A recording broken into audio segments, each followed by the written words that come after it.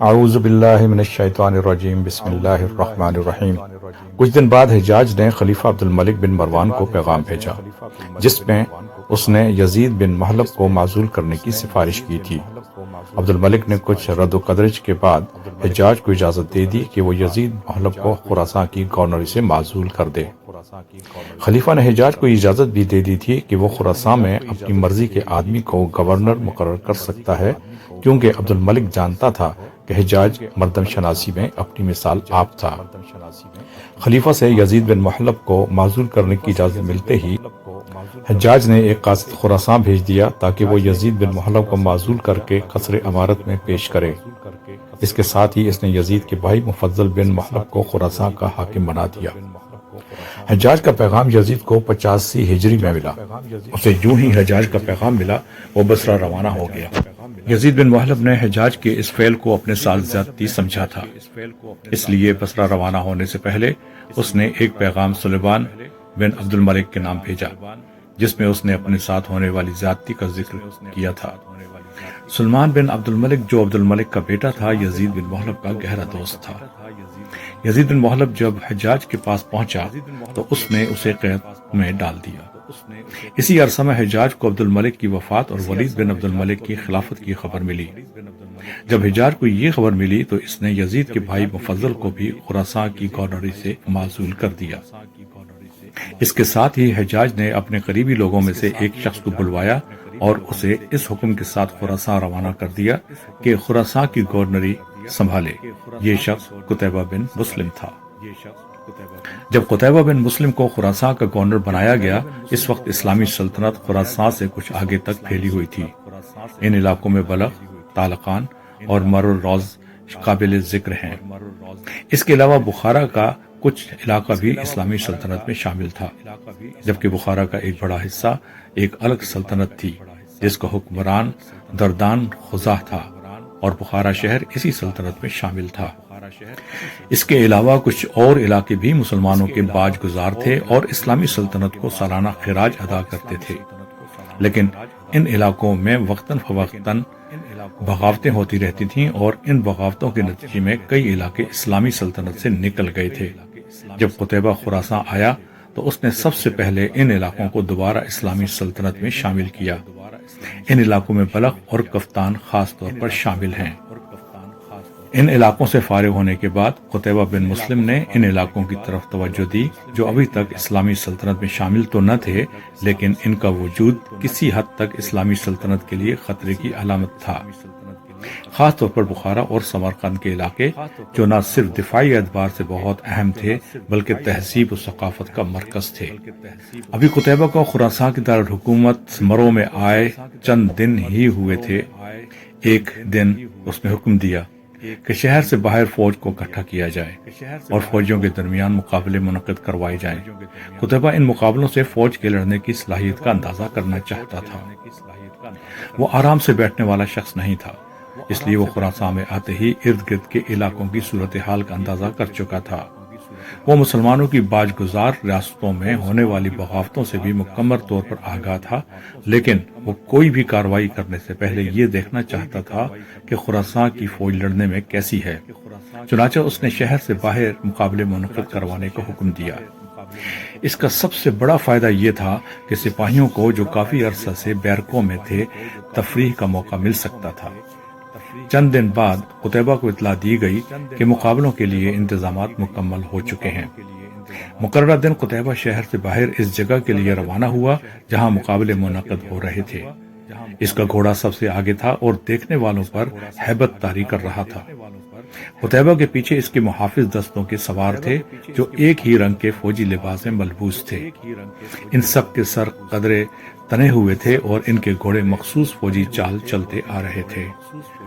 قتیبہ جب فوج کے اجتماع میں پہنچا اس وقت فوجی راستے کے دائیں بائیں دو حصوں میں موجود تھے۔ قتیبہ فوجیوں کے درمیان موجود راستے سے گزرتا جا رہا تھا اور دائیں بائیں دیکھتا جا رہا تھا۔ راستے کے دونوں طرف موجود فوجی مختلف دستوں سے تھے اور ہر دستے کا لباس جدا رنگ کا تھا جو ایک خوبصورت منظر پیش کر رہا تھا۔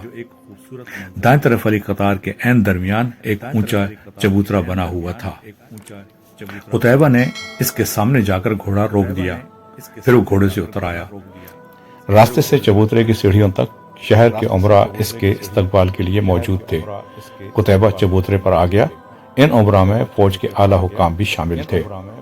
جو ہی قتیبہ چبوترے پر پہنچا، سپاہیوں نے اللہ اکبر کے نعرے لگانے شروع کر دیے۔ یہ فوج کی طرف سے قتیبہ کو مرو میں خوش آمدید کہنے کا ایک انداز تھا۔ قتیبہ جب سے مرو آیا تھا، یہ پہلا موقع تھا کہ وہ فوج کے سامنے آیا تھا۔ فوج کے نعروں کے جواب میں قتیبہ ہاتھ ہلا رہا تھا۔ کچھ دیر بعد فوجیوں کے نعرے تھمے تو میدان کی ایک طرف سے بہت سے بھاگتے گھوڑوں کی آواز سنائی دینے لگی۔ میدان کی دائیں طرف سے چند گھڑ سوار گھوڑے دوڑاتے چلے آ رہے تھے۔ تھوڑی دیر بعد دوسری طرف سے بھی چند سوار نمودار ہوئے۔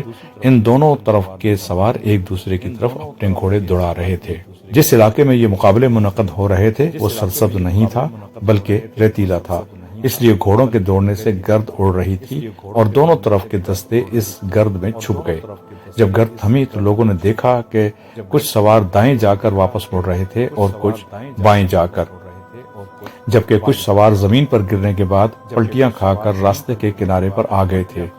باقی سواروں نے یہی عمل دہرایا اور کچھ مزید سواروں کو زمین پر چھوڑتے ہوئے اجتماع گاہ سے باہر نکل گئے۔ یہ ایک خاص قسم کا مقابلہ تھا جس میں ہتھیاروں کا استعمال کیے بغیر سوار ایک دوسرے کو گھوڑوں سے گراتے تھے۔ پھر سواروں نے برچی کے استعمال سے ایک دوسرے کو گرانے کے مقابلے شروع کیے۔ ان مقابلوں کی ابتدا میں چار چار سواروں کے دستے مخالف سمتوں میں میدان میں ابھرے۔ یہ دونوں دستوں نے مختلف رنگ کے لباس پہن رکھے تھے۔ یہ دونوں دستے جب میدان کے درمیان میں ایک دوسرے کے پاس سے گزرے اور آہستہ آہستہ دور ہٹتے چلے گئے، دور جا کر دونوں دستے واپس مڑے اور آمنے سامنے کھڑے ہو گئے۔ ان کا انداز تھا کہ یہ ہر سوار کے سامنے مخالف دستے کا ایک سوار موجود تھا۔ اچانک کہیں سے نعرہ تکبیر بلند ہوا اور تمام سواروں نے برچیاں سامنے کی طرف تان لیں۔ دوسری بار پھر نعرہ تکبیر بلند ہونے پر انہوں نے گھوڑوں کو دل کی چال پر چلا دیا۔ اب دونوں دستے ایک دوسرے کی طرف بڑھ رہے تھے۔ پھر تیسری بار نعرہ تکبیر بلند ہوا اور سواروں کے گھوڑے ہوا سے باتیں کرنے لگے۔ اتنی گرد اٹھی کہ کچھ نظر نہیں آتا تھا۔ کچھ دیر بعد جب گرد چھٹی تو دو سوار پلٹیاں کھا کر میدان کے کنارے پر آتے نظر آئے۔ باقی بچ جانے والے سوار مخالف سمت کی طرف دوڑتے نظر آئے۔ نظر یہ آتا تھا کہ وہ دوبارہ واپس آئیں گے، مگر انہوں نے واپس مڑ کر بھی نہ دیکھا اور میدان سے باہر نکل گئے۔ وقت گزرنے کے ساتھ ساتھ مقابلوں میں جوش بڑھتا جا رہا تھا۔ اب میدان تیر اندازی کے لیے خالی تھا۔ تیر انداز کبھی فردن فردن اور کبھی دستوں کی صورت میں دستوں کے درمیان بنے رستے پر ابھرتے اور اپنی مہارت کے جوہر دکھاتے ہوئے غائب ہو جاتے تھے۔ اسی دوران 8 تیر انداز پیادہ اور 8 تیر انداز گھڑ سوار میدان میں آئے۔ پیادہ تیر اندازوں کے پاس ایک ایک کمان اور ایک ایک تیر تھا جن کے آگے سرخ رنگ کا کپڑا بندھا ہوا تھا۔ میدان کے درمیان پہنچ کر پیادہ تیر انداز رک گئے اور انہوں نے تیر کمانوں میں ڈال کر اوپر کی طرف کر لیے، جبکہ سوار تیر انداز کافی دور جانے کے بعد مڑے اور گھوڑوں کو ایڑ لگا دی۔ ادھر ان کے گھوڑے سر پر دوڑ رہے تھے، ادھر پیادہ۔ یہ مقابلہ تمام دن جاری رہا۔ مقابلے اس وقت ختم ہوئے جب سورج تقریباً غروب ہونے والا تھا۔ آخر میں گھوڑ سواروں کے چند دستے راستے کے بائیں جانب ابھرے۔ ہر دستے کے سواروں کا لباس جدا رنگ کا تھا اور سواروں کے گھوڑے رنگ برنگ کپڑوں سے سجے ہوئے تھے۔ یہ گھوڑے مخصوص فوجی چال چلتے ہوئے آہستہ آہستہ اس چبوترے کے سامنے سے گزر رہے تھے جس پر قتیبہ بیٹھا ہوا تھا۔ ان دستوں کا انداز آج کی پریڈ جیسا تھا۔ قتیبہ کو ان دستوں کا انداز پسند آیا۔ یہ مرو کے کھیلوں کے مقابلے کے آخر میں اس چیز کا حکم قتیبہ نے نہیں دیا تھا، بلکہ یہ مرو کے اعلیٰ حکام کا اپنا بندوبست تھا۔ وہ جانتے تھے کہ قتیبہ کس پائے کا شخص ہے۔ قتیبہ کو خراساں کا گورنر تو ابھی بنایا گیا تھا، لیکن بحیثیت سپہ سالار وہ بہت سی جنگیں نہ صرف لڑ چکا تھا بلکہ اپنی قائدانہ صلاحیتوں کو منوا بھی چکا تھا۔ اس کا یہ حق بنتا تھا کہ اسے اس طرح سلام کیا جائے۔ ان دستوں کے جانے کے بعد سپاہیوں نے شور بلند کیا۔ وہ اپنے نئے گورنر کو دیکھنا چاہتے تھے۔ یہ دیکھ کر قتیبہ بن مسلم چبوترے پر کھڑا ہو گیا اور اس نے ہاتھ کے اشارے سے لوگوں کو خاموش ہونے کا اشارہ کیا۔ کچھ دیر بعد جب لوگ خاموش ہو گئے تو قتیبہ بن مسلم بولا، اے لوگو، اے اسلام کے مجاہدو، تمہیں معلوم ہے کہ میں چند دن پہلے مرو آیا ہوں، مجھے خدا نے اسلام کی بھلائی کے لیے چنا ہے۔ اللہ کی قسم، اگر تم دیکھو میری ذات سے اسلام کو نقصان پہنچ رہا ہے تو تم سب کو حق ہے کہ مجھے ہٹا کر کسی ایسے شخص کو میری جگہ بٹھا دینا جس کی ذات میں اسلام کے لیے بھلائی ہو۔ اگر تم ایسا نہیں کرو گے تو تم ظالموں میں سے ہوگے، لیکن اگر تم میری ذات میں اسلام کے لیے بھلائی دیکھو تو میری پیروی کرنا، اور یاد رکھو کہ آج جو کھیلوں کے مقابلے منعقد ہوئے ہیں ان سے میرا مقصد صرف فوج کے عسکری جذبہ کو ابھارنا تھا۔ میں تمہاری عسکری صلاحیتوں کو پرکھنا چاہتا تھا۔ تم نے مجھ پر ثابت کر دیا ہے کہ تم جہاں جاؤ گے فاتح کہلاؤ گے، مگر شرط یہ ہے کہ اسلام کا نام تمہاری روح پر نقش ہو جائے۔ ہمیں ان تمام علاقوں میں اسلام کا جھنڈا لہرانا ہے جو ابھی تک اسلام کے نور سے روشن نہیں ہوئے۔ اگر تم ثابت قدم رہو تو تم ہی خالد بن ولید اور تم ہی قادسیہ کے شہسوار۔ کچھ دیر خاموش رہنے کے بعد قتیبہ پھر بولا، تم برائیوں سے بچو تاکہ کفار کو ہلاک کر سکو۔ اللہ تعالیٰ فرماتا ہے، اللہ ہی وہ ذات ہے جس نے اپنے رسول کو شمع ہدایت اور سچا دین دے کر مبعوث فرمایا تاکہ اسے تمام ادیان پر غلبہ حاصل ہو جائے، چاہے مشرک اسے ناپسند ہی کیوں نہ کرے۔ انہی الفاظ پر قتیبہ بن مسلم نے اپنی تقریر ختم کر دی۔ اس کی تقریر سے یہ بات واضح تھی کہ وہ مرو سے نکل کر ارد گرد کے ان علاقوں پر چڑھائی کا ارادہ رکھتا ہے جو ابھی تک اسلامی سلطنت سے باہر تھے۔ اس سے قتیبہ بن مسلم کے دو مقاصد تھے، ایک تو یہ کہ ان تمام علاقوں کو اسلامی سلطنت دوبارہ اسلامی حکومت میں شامل کر لیا جائے۔ اس مقصد کے لیے قتیبہ کو ایک مضبوط جاسوسی نظام چاہیے تھا، اس لیے قتیبہ بن مسلم نے سب سے پہلے اسی چیز پر توجہ دی اور چند ماہ کے اندر اندر وہ ایک مؤثر اور فعال جاسوسی نظام تشکیل دے چکا تھا۔ اس کے لیے اس نے نہایت ہی ذہین اور جنون کی حد تک بے خوف سپاہیوں کو چنا اور انہیں ضروری تربیت دی گئی۔ جب قتیبہ خراساں آیا تھا تو اس کے ساتھ بصرہ سے وہاں کے شعبہ سراغ رسانی کے دو اعلیٰ افسران بھی آئے تھے۔ ان دونوں افسران نے جاسوسوں کی تربیت میں قتیبہ کی بہت مدد کی۔ جلد ہی قتیبہ اپنے جاسوس ہر اس علاقے میں پھیلا چکا تھا جہاں اسلامی حکومت کے خلاف بغاوت کا خطرہ تھا یا جس بادشاہی سے اسلامی حکومت کو کوئی خطرہ ہو سکتا تھا۔ اس کے جاسوس دشمن کے دل میں اتر کر بھی راز نکال لانے کی صلاحیت رکھتے تھے۔ یہ جاسوس ہر رنگ اور ہر ڈھنگ استعمال کرنا جانتے تھے۔ وہ صحیح معنوں میں قتیبہ بن مسلم کی آنکھیں اور کان بن گئے تھے، جس کی وجہ سے قتیبہ بن مسلم ہر علاقے میں ہونے والی معمولی سی سرگرمی بھی دیکھ لیتا تھا۔ ابھی قتیبہ بن مسلم ان کاموں سے مکمل طور پر فارغ نہیں ہوا تھا جب اسے اطلاع ملی کہ بلخ میں مسلمان حکومت کے خلاف بغاوت ہو گئی ہے۔ قتیبہ بن مسلم نے فوری کارروائی کرتے ہوئے بلخ پر حملہ کر دیا۔ اس نے باغیوں کو اتنا تنگ کیا کہ آخر انہوں نے مسلمانوں سے صلح کر لی۔ اس واقعے کی تفصیل پہلے بیان ہو چکی ہے۔ ابھی قتیبہ بلخ میں ہی تھا جب اسے حجاج کا خط ملا، جس میں حجاج نے اسے ہدایت کی تھی کہ وہ اپنی آنکھیں اور اپنے کان کھلے رکھے۔ حجاج اگرچہ قتیبہ کی صلاحیتوں سے واقف تھا، لیکن اس کی نظر میں قتیبہ ابھی ناتجربہ کار تھا۔ اسے ڈر تھا کہ کہیں ناتجربہ کاری کی وجہ سے قتیبہ کوئی غلط فیصلہ نہ کر بیٹھے، کیونکہ حجاج بھی یہ چاہتا تھا کہ قتیبہ اسلامی سلطنت کی حدود خراساں سے آگے بڑھانے کے لیے اقدامات کرے۔ اس نے قتیبہ کو یہ ہدایت بھی کی تھی کہ وہ حجاج کو اپنے حالات سے باخبر رکھے۔ قتیبہ کو بلخ میں قیام کیے ایک ماہ سے زیادہ ہو چکا تھا۔ اس کی اس اچانک تیز جنگی کارروائی نے لوگوں کے دلوں پر اس کا خوف بٹھا دیا تھا۔ اس کی فوج نے جس طرح باغیوں کو گھیر کر قتل کیا تھا اور پھر جس طرح قلعے کا محاصرہ کر کے شہر پر حملے کیے تھے، اس سے لوگوں پر خوف طاری ہو گیا تھا۔ اس نے ایک مہینے میں شہر کا نظم و نسق درست کیا اور شہر پر اپنا تسلط مضبوط کیا۔ پھر ایک روز اچانک ہی قتیبہ نے اپنی فوج کو بلخ سے کوچ کرنے کا حکم دیا۔ یہ صرف قتیبہ بن مسلم یا پھر اس کے چند اعلیٰ حکام جانتے تھے کہ فوج کی اگلی منزل کہاں ہے۔ دراصل قتیبہ بن مسلم نے فوج کے اس کوچ کو کسی حد تک خفیہ رکھنا چاہا تھا۔ وہ یہ تو نہیں کر سکتا تھا کہ اس کی فوج بلخ سے نکلتی اور اس کی اطلاع آگے کے علاقوں تک نہ پہنچے، کیونکہ بلخ میں باغیوں کو شکست ہوئی تھی اور وہ کسی بھی صورت میں قتیبہ کی کاروائیوں کی اطلاع اگلے علاقوں تک پہنچا سکتے تھے۔ اس کے بجائے قتیبہ نے فوج کے اصل منزل کو پوشیدہ رکھا، حتیٰ کہ اس کی فوج بھی نہیں جانتی تھی کہ اس کی منزل کیا ہے۔ قتیبہ نے بلخ سے کوچ کرنے کے بعد تالقان کے علاقے میں پڑاؤ کیا۔ تالقان ایک آزاد ریاست تھی مگر مسلمانوں کو سالانہ خراج ادا کرتی تھی، اس لیے قتیبہ نے اس علاقے میں پڑاؤ کیا تھا۔ جس جگہ قتیبہ بن مسلم نے پڑاؤ کیا تھا اس سے 2 میل کے فاصلے پر دریائے تالقان گزرتا تھا۔ دریائے تالقان سے آگے سغانیہ اور کفتان کی ریاستیں تھیں۔ جب قتیبہ بن مسلم نے دریائے تالقان کے کنارے پڑاؤ کیا تو اس کے ارادے واضح ہو گئے۔ وہ سغانیہ اور کفتان کے علاقوں پر حملہ کرنا چاہتا تھا۔ ابھی قتیبہ کو دریائے تالقان کے کنارے پڑاؤ کیے دوسرا دن تھا جب بلخ کے کچھ کسان اور سردار قتیبہ سے آ ملے۔ ان کی کل تعداد تقریباً 1500 تھی۔ قتیبہ نے چند دن تالقان میں قیام کیا اور پھر دریائے تالقان عبور کر لیا۔ اگرچہ وہ سغانیہ کے علاقے پر حملہ کرنا چاہتا تھا، لیکن جب وہ دریا کے پار پہنچا تو سغانیہ کا بادشاہ وہاں اس کے استقبال کے لیے موجود تھا۔ اس نے قتیبہ کی طرف دوستی کا ہاتھ بڑھایا اور قتیبہ نے اسے بڑھے ہوئے ہاتھ کو تھام لیا۔ سغانیہ کے بادشاہ کا نام بیشل عور تھا۔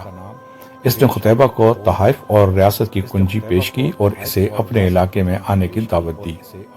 چنانچہ قتیبہ اس کے ساتھ چلا گیا۔ یوں سغانیہ کا علاقہ بغیر جنگ کے اس کے قبضے میں آ گیا۔ سغانیہ کے ہمسائے میں ایک اور ریاست تھی جس کا نام کفتان تھا۔ سغانیہ کی طرح یہ بھی ایک کمزور ریاست تھی۔ جب شاہ کفتان کو قتیبہ کی آمد کی خبر ہوئی تو وہ بھی بہت سا روپیہ اور تحفے لے کر قتیبہ کے پاس آ گیا۔ اس طرح کفتان کا علاقہ بھی بغیر کسی دقت کے اسلامی سلطنت میں شامل ہو گیا۔ یہاں سے قتیبہ فوج لے کر تخارستان کے علاقے پر حملہ آور ہوا، جو کہ ایک چھوٹی سی شہنشاہی تھی۔ وہاں کے بادشاہ غلیلشتان نے سغانیہ کے لوگوں پر بہت ظلم کیا تھا۔ بیشل عور کے کہنے پر ہی قتیبہ نے تخارستان پر حملہ کیا تھا۔ اس سے پہلے کہ قتیبہ تخارستان میں داخل ہوتا، غلیلشتان نے خود قتیبہ کے پاس آیا اور فدیہ دے کر صلح کی درخواست کی، جو قتیبہ نے منظور کر لی۔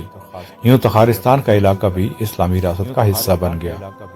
اس کے ساتھ ہی قتیبہ نے مرو واپسی کا ارادہ کر لیا، کیونکہ جس علاقے میں قتیبہ اس وقت موجود تھا وہاں سردی خاصی پڑتی تھی اور سردیوں کا موسم شروع ہو چکا تھا۔ اس سردی میں لڑنا موت کو دعوت دینے کے برابر تھا۔ چنانچہ قتیبہ نے فوج کی قیادت اپنے بھائی سہل بن مسلم کے سپرد کی اور اسے اس ہدایت کے ساتھ مرو روانہ کیا کہ جلد از جلد مرو پہنچا جائے۔ جبکہ قتیبہ فوج کی روانگی سے قبل مرو کی جانب چلا گیا اور سہل بن مسلم سے پہلے مرو پہنچ گیا۔ قتیبہ کے چلے جانے کے بعد صالح نے مرو کی جانب واپسی کا سفر شروع کیا اور جو راستہ اختیار کیا وہ ماسار الحسین سے گزرتا تھا۔ یہ شہر قلعہ بند تھا اور ابھی تک مسلمانوں کے اثر سے باہر تھا۔ جب صالح بن مسلم ماسار الحسین کے قریب پہنچا تو اس نے قلعہ پر حملہ کر دیا اور پھر اسے فتح بھی کر لیا۔ اس وقت صالح بن مسلم کے ساتھ نصر بن صباح نام کا ایک شخص بھی موجود تھا، جس نے اس جنگ میں شجاعت کا بے مثال نمونہ قائم کیا تھا۔ اس کے صلے میں صالح بن مسلم نے اسے تنجانہ نام کا گاؤں بطور جاگیر دے دیا۔ اس کے بعد صالح قتیبہ کے پاس مرو آ گیا۔ قتیبہ صالح کے اس اقدام سے بہت خوش ہوا اور اسے ترمس کا عامل مقرر کر دیا۔ حجاج بن یوسف بصرہ میں تھا۔ شام ڈل رہی تھی اور غروب ہوتا ہوا سورج بہت خوبصورت نظر آ رہا تھا۔ حجاج اپنے محل کے دالان میں کھڑا اس منظر سے لطف اندوز ہو رہا تھا۔ اسی وقت ایک خادم نے آ کر اس اطلاع دی کہ مرو سے کوئی آدمی آیا ہے۔ مرو کا نام سن کر حجاج چونک اٹھا۔ اسے خیال آیا کہ شاید قتیبہ کی طرف سے کوئی پیغام آیا ہے۔ حجاج نے قتیبہ کو خراساں کا گورنر بنا تو دیا تھا، لیکن اس کی نظر میں قتیبہ ابھی جوان ہونے کے ساتھ ساتھ ناتجربہ کار بھی تھا۔ اس لیے حجاج نے قتیبہ کو ہدایت کی تھی کہ وہ اسے اپنے حالات سے باخبر رکھے۔ اور ابن مسلم حجاج بن یوسف نے کہا تھا، اگر کوئی مشکل پیش آئے تو مجھ سے مشورہ ضرور لے لینا۔ یاد رکھنا تو ابھی ناتجربہ کار ہے، تجھے ابھی بہت کچھ سیکھنا ہے۔ یہ خیال رکھنا کہ جلد بازی سے کام لیتے ہوئے کوئی غلط فیصلہ نہ کرنا، اللہ تجھے اپنی امان میں رکھے۔ اب یہ خبر سن کر مرو سے کوئی آدمی آیا ہے۔ حجاج نے خیال کیا کہ شاید قتیبہ کا کوئی پیغام لایا ہو، اس لیے حجاج نے خادم سے کہا اسے بٹھاؤ، میں آتا ہوں۔ پھر فوراً ہی حجاج اپنے خاص کمرے میں پہنچا جہاں عموماً وہ قاصدوں سے ملا کرتا تھا۔ وہاں ایک آدمی بیٹھا ہوا تھا۔ اس نے حجاج کو دیکھا تو فوراً کھڑا ہو گیا اور کہنے لگا اے امیر عراق، تجھ پر سلامتی ہو۔ حجاج اس شخص کو پہچان چکا تھا، وہ زرار بن حسین تھا۔ حجاج نے سلام کا جواب دیا اور زرار کو بیٹھنے کو کہا، خود اس کے سامنے بیٹھ گیا۔ وہ زرار بن حسین کے چہرے سے اندازہ لگا چکا تھا کہ وہ کوئی پریشان کن خبر نہیں لایا۔ کہے ابن حسین۔ حجاج نے زرار کو مخاطب کیا، کیسے آنا ہوا؟ اے امیر عراق، زرار نے جواب دیتے ہوئے کہا، اے امیر عراق، زرار نے جواب دیتے ہوئے کہا، تیرے لیے دو خبریں ہیں، ایک اچھی اور ایک افسوسناک۔ کہے کون سی پہلے سناؤں؟ حجاج بے چین سا ہو کر بولا، وہاں سب خیریت تو ہے نا؟ ہاں وہاں سب خیریت ہے۔ تو پھر مجھے اچھی خبر پہلے سنا۔ حجاج نے زرار کو کہا۔ ابن یوسف، زرار گویا ہوا، تو جانتا ہے بلخ کے لوگوں نے بغاوت کر دی تھی جسے کچل دیا گیا تھا۔ اس کے بعد قتیبہ نے سقانیہ، کفتان اور تخارستان کے علاقے بغیر جنگ کے لے لیے ہیں۔ یہاں تک کہہ کر زرار خاموش ہو گیا، جبکہ حجاج خوش ہو کر بولا، قتیبہ واقعی ایک قابل سالار ہے۔ مجھے امید ہے کہ اللہ نے اس کی ذات میں ہمارے لیے بھلائی لکھ دی ہے۔ لیکن پھر قدر پریشان ہو کر بولا، کہیں اس کے بعد اس نے کوئی حماقت تو نہیں کر دی؟ ہاں امیر، زرار کہنے لگا، اس کے بعد اس نے ایسی حماقت کی جو تمام فوج کو ہلاکت میں ڈال سکتی تھی۔ حجاج نے سوال کیا، کیا کیا اس نے؟ ابن یوسف، میری بات پوری تو سن لے۔ زرار حجاج کی بار بار سوال کرنے سے اکتا گیا تھا۔ اچھا بول۔ ابن مسلم نے تخارستان کی فتح کے بعد فوج کی کمان اپنے بھائی صالح کے حوالے کی اور خود مرو چلا آیا۔ فوج صالح کی قیادت میں مرو آئی۔ راستے میں صالح نے مازار الحسین پر حملہ کیا اور اسے فتح کر لیا، لیکن یہ اس کی بھی حماقت تھی، کیونکہ ایک تو سردی ناقابل برداشت تھی، اوپر سے اگر وہ وہاں آ کر پھنس جاتا تو نہ وہ خود کچھ کر سکتا تھا نہ قتیبہ۔ یہ سن کر حجاج پریشان ہو گیا، اسے کم از کم قتیبہ سے اس بات کی توقع نہیں تھی۔ دوسرے وہ اس بات پر بھی پریشان تھا کہ قتیبہ نے اس کی ہدایت پر عمل نہیں کیا تھا اور ابھی تک خود اسے کوئی خط نہیں لکھا تھا جس سے وہ قتیبہ کے حالات سے آگاہ ہوتا۔ اس نے جو خط حجاج کو لکھا تھا وہ بھی حجاج کے خط کے جواب میں تھا، اسے قتیبہ پر غصہ آ رہا تھا۔ اپنے غصے کو دباتے ہوئے اس نے زرار بن حسین کو مخاطب کیا، کیا تو یہاں قتیبہ کو بتا کر آیا ہے؟ ہاں، زرار نے جواب دیا۔ کیا اسے معلوم ہے کہ تو مجھ سے اس کی شکایت کرنے آیا ہے؟ حجاج نے ایک اور سوال کیا۔ نہیں، اسے تو صرف میں نے یہی بتایا کہ مجھے بصرہ میں کام ہے، ہفتے میں واپس آ جاؤں گا۔ اس پر اس نے مجھے اجازت دے دی۔ اچھا اب تو آرام کر، یہ بتا واپس کب جائے گا؟ کل صبح واپس چلا جاؤں گا، زرار بن حسین نے جواب دیا۔ واپس جانے سے پہلے مجھ سے ملتے جانا، اب جا کر آرام کر لے۔ یہ کہہ کر حجاج نے ملازم کو بلایا اور کہا کہ زرار کو مہمان خانے میں ٹھہرا دے۔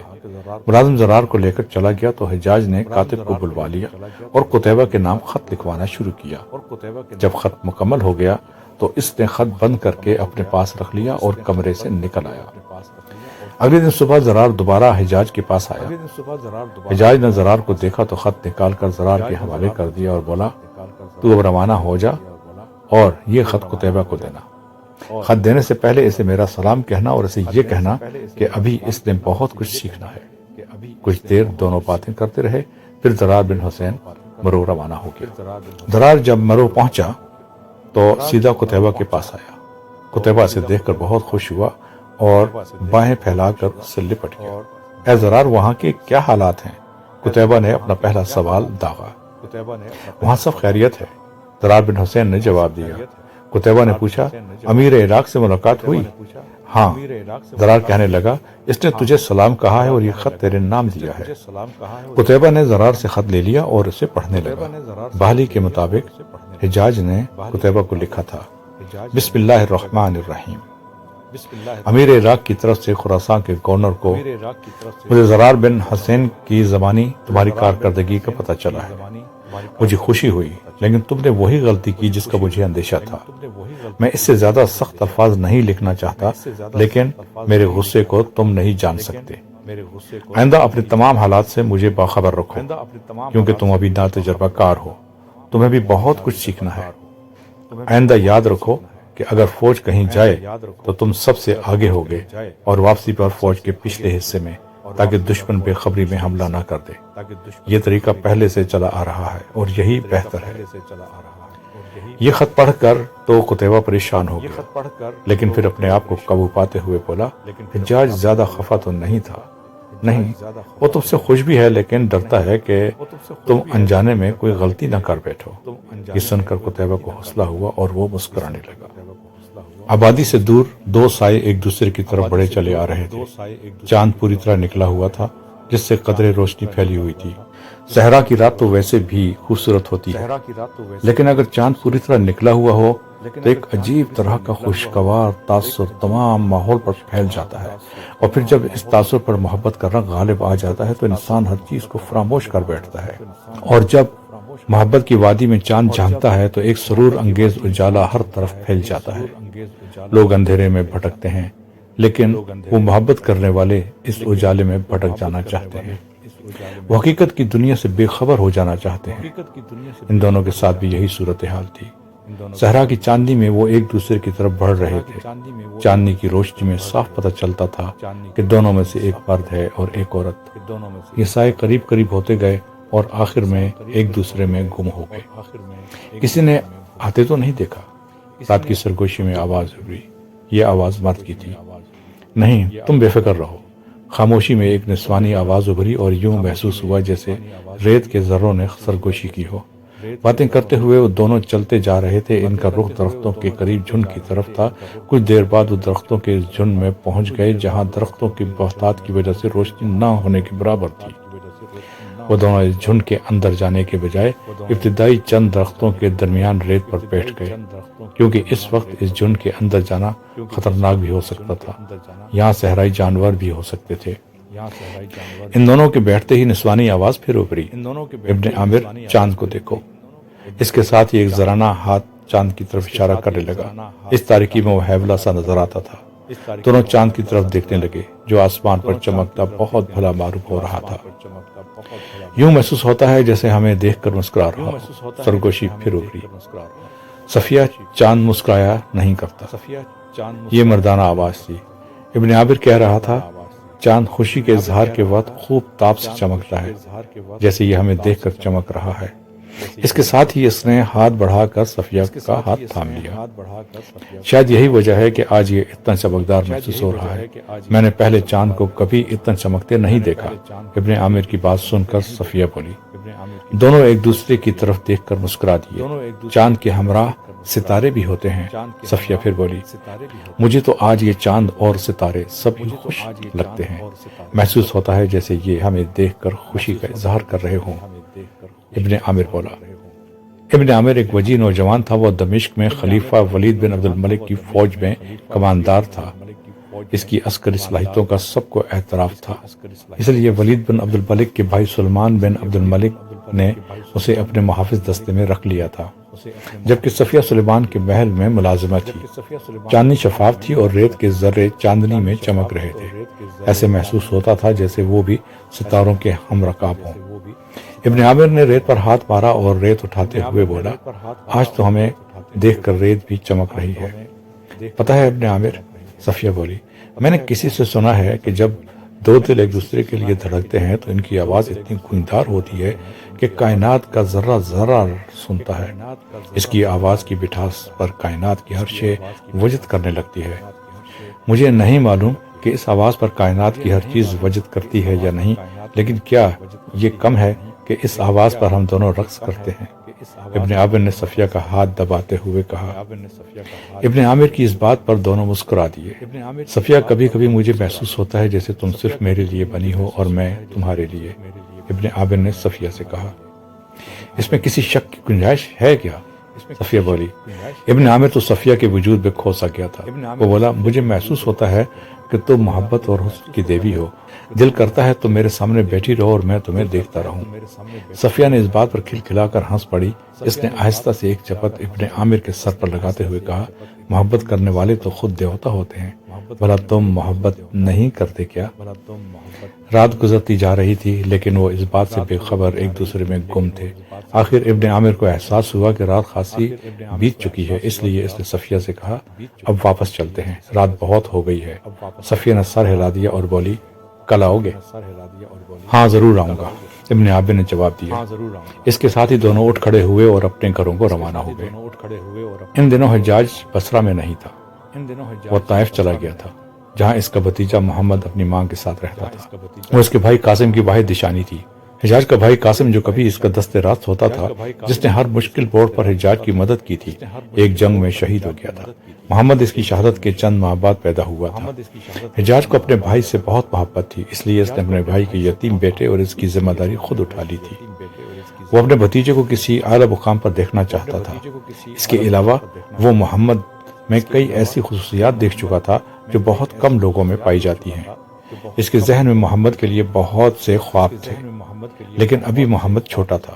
لیکن حجاج اس کی تربیت اس انداز پہ کر رہا تھا کہ وہ حجاج کے خوابوں کی عین تعبیر بنتا جا رہا تھا۔ محمد کی تربیت کے معاملے میں حجاج نے کبھی غفلت نہیں برتی تھی۔ اس سلسلے میں وہ اس پر ذاتی توجہ بھی دیتا تھا۔ اس مقصد کے لیے وہ چند ماہ بعد طائف ضرور جاتا تھا۔ اس مرتبہ بھی وہ اسی لیے طائف گیا تھا۔ حجاج کو طائف گئے ہوئے دوسرا دن تھا جب حجاج کو اطلاع دی گئی کہ دمشق سے قاصد آیا ہے۔ دمشق کا نام سن کر حجاج کچھ پریشان سا ہو گیا۔ پہلا خیال جو اس کے ذہن میں آیا وہ یہ تھا کہ دمشق میں حالات ٹھیک نہیں، اس لیے قاصد خلیفہ کا پیغام لے کر طائف تک اس کے پیچھے آیا ہے۔ اس نے فوراً قاصد کو اندر بلا لیا۔ امیر المومنین کا پیغام لائے ہو؟ حجاج نے قاصد کے آتے ہی سوال کیا۔ وہ قاصد کے چہرے کے تاثرات سے اندازہ لگا چکا تھا کہ دمشق کے حالات ٹھیک ہیں، وہاں کے حالات ٹھیک ہیں۔ ہاں والی عراق، وہاں سب خیریت ہے، قاصد نے جواب دیا۔ میں امیر المومنین کا نہیں، سلیمان بن عبد الملک کا پیغام لایا ہوں۔